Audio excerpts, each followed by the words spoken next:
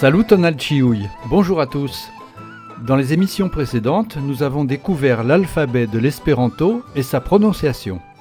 Mais pour que celle-ci soit parfaite, il reste un dernier pas à franchir, quelque chose que ne connaît pas notre langue et qui donne cet accent chantant, comme on dit, à l'espagnol ou à l'italien pour citer des exemples proches. Vous avez deviné ? Il s'agit de l'accent tonique. Si je dis en français le mot espéranto, chaque syllabe est prononcée à peu près avec la même intensité. Mais si je dis esperanto, j'accentue l'avant-dernière syllabe. La syllabe ran est accentuée par son intensité et même aussi par sa longueur, comme si l'on prononçait à regret la dernière syllabe. Esperanto. Il n'y a aucune exception. En espéranto, l'accent tonique est toujours sur l'avant-dernière syllabe. Vous pouvez même l'exagérer un petit peu afin d'en prendre l'habitude. Pour cette 10e émission de Saluton Nouvelle Formule, je vous proposerai bien une petite interro surprise. Oh, je plaisante. Juste quelques questions en guise de révision. On y va ? Sauriez-vous, dans une phrase, identifier un nom commun, un substantif ? Un substantif se termine au singulier par la lettre O. Exemple, tablo, une table, domo, une maison, arbo, un arbre. Sauriez-vous identifier un adjectif ?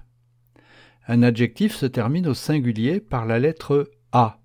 Exemple, bona, bon ou bonne, granda, grand ou grande, rapida, rapide.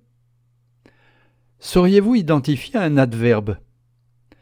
Les adverbes dérivant d'un adjectif se terminent par la lettre « est », le « e » qui se prononce « est ».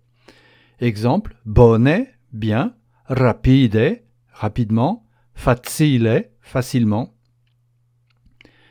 Qu'est-ce qu'un mot se terminant par un « i » ? Si l'on accepte quelques petits mots comme les pronoms personnels, un mot se terminant par un « i » est un verbe à l'infinitif. Nous reverrons des exemples dans un instant. Comment marque-t-on le pluriel ? Avec la semi-voyelle yo, le J, qui se prononce en espéranto comme un i bref. Exemple, granda tablo, une grande table, grandai tabloi, de grandes tables.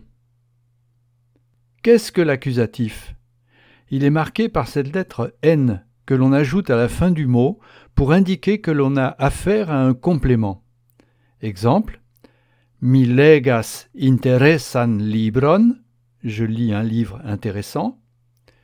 Mi manjas bonain cerizoin, je mange de bonnes cerises. Et au passage, nous venons de revoir la conjugaison des verbes, identique pour toutes les personnes et pour tous les verbes, car il n'y a aucun verbe irrégulier en espéranto.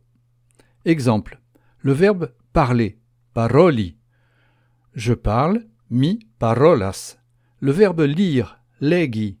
Tu lis, vi legas. Le verbe dormir, dormi. Il dort, li dormas. Le verbe travailler, labori. Elle travaille, si laboras. Le verbe courir, couri. Il ou elle court, un chien par exemple, gi couras. Le verbe être, esti.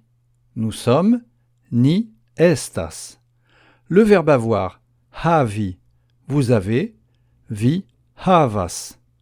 Le verbe apprendre, lerni. Ils ou elles apprennent, ili lernas. Vous voyez pourquoi l'espéranto s'apprend si rapidement ? Je vous laisse avec Yomo, le Toulousain cosmopolite, qui vous invite avec son « Lernu nun ». Apprenez maintenant. Gis baldau, à bientôt. Non valer tanto ien porvi, non valer tanto ien porvi, li grammatica sed metrodica, non valer tanto ien porvi.